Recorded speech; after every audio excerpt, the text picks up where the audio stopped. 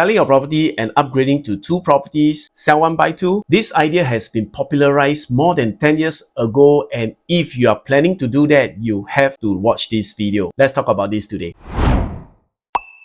Even after COVID, where larger format units are more popular, I still meet owners that aspire to own 2 properties instead of buying 1 big one. And this is usually for the rental income. And as the interest rate falls in 2025, I think it is timely to bring up this topic again. And of course, this was also covered in my recent consultation with one of the family that I consulted with. And in this video, I just want to focus on the pitfalls that comes with this strategy. And you need to know all this if you're planning for sell 1 buy 2. There are many pitfalls that you need to be aware of, and here is 5 important pitfalls that you need to know before even planning for selling 1 and buying 2. And if you do not have time to watch the full video, you can always reach out to me over here for a full consult on the best property plan for you. Before we start, help us to like and share this video. This will really encourage me to do more content like this for you so that you do not make costly property mistakes. So first, the cash flow. When someone pitched the idea of sell 1 buy 2 to you, usually they will tell you that the second property will pay for itself or even generate passive income. But here's the thing, if you are looking to buy a $2 million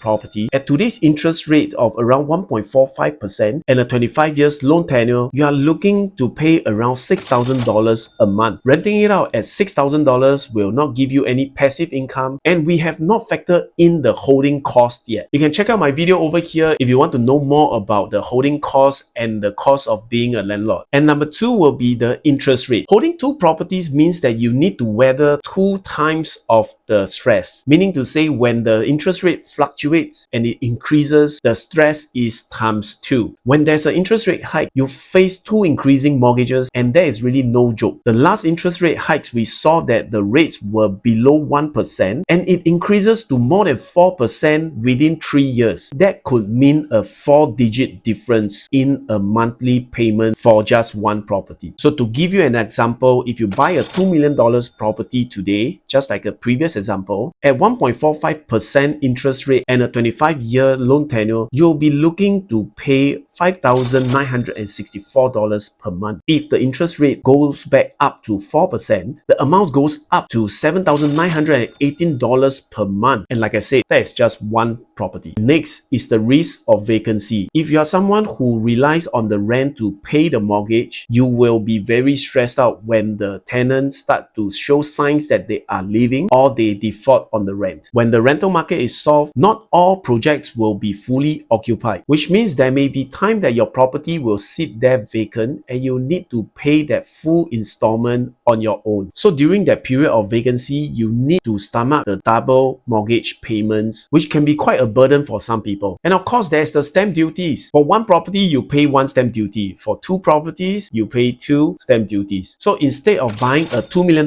property to stay, you shell another $1.5 million to buy another property so that you can own 2. The stamp duties payable increases from $69,600 to almost $115,000. Not to mention the legal fees and all the miscellaneous charges will also all come in pairs. Before we move on to the last and most important pitfall, if you need a consult for other property plannings, feel free to reach out to me over here and I'll be happy to help. And last but not least, this pitfall and situation is the most common, which is the budget and downsizing your potential. Usually people who chase property count will overlook this and go for smaller or less optimal properties. This is what I call downsizing your potential. When you could have gotten 1 good property, you have to take cuts to go for smaller properties or properties with lower demands. Sometimes buying 1 right property is always better than buying 2 wrong ones. Because of TDSR, most buyers are being capped on their purchase price, and that's why they do not have a lot of choices, and sometimes that leads to making the wrong property move. Of course, I'm not saying that this is a wrong strategy. It is actually turbocharging wealth building for people who can actually do it properly. If you have considered all this and still feels that you can proceed with it, there are some strategies that can help you plan better. For example, if you do not have enough to buy 2 properties right now,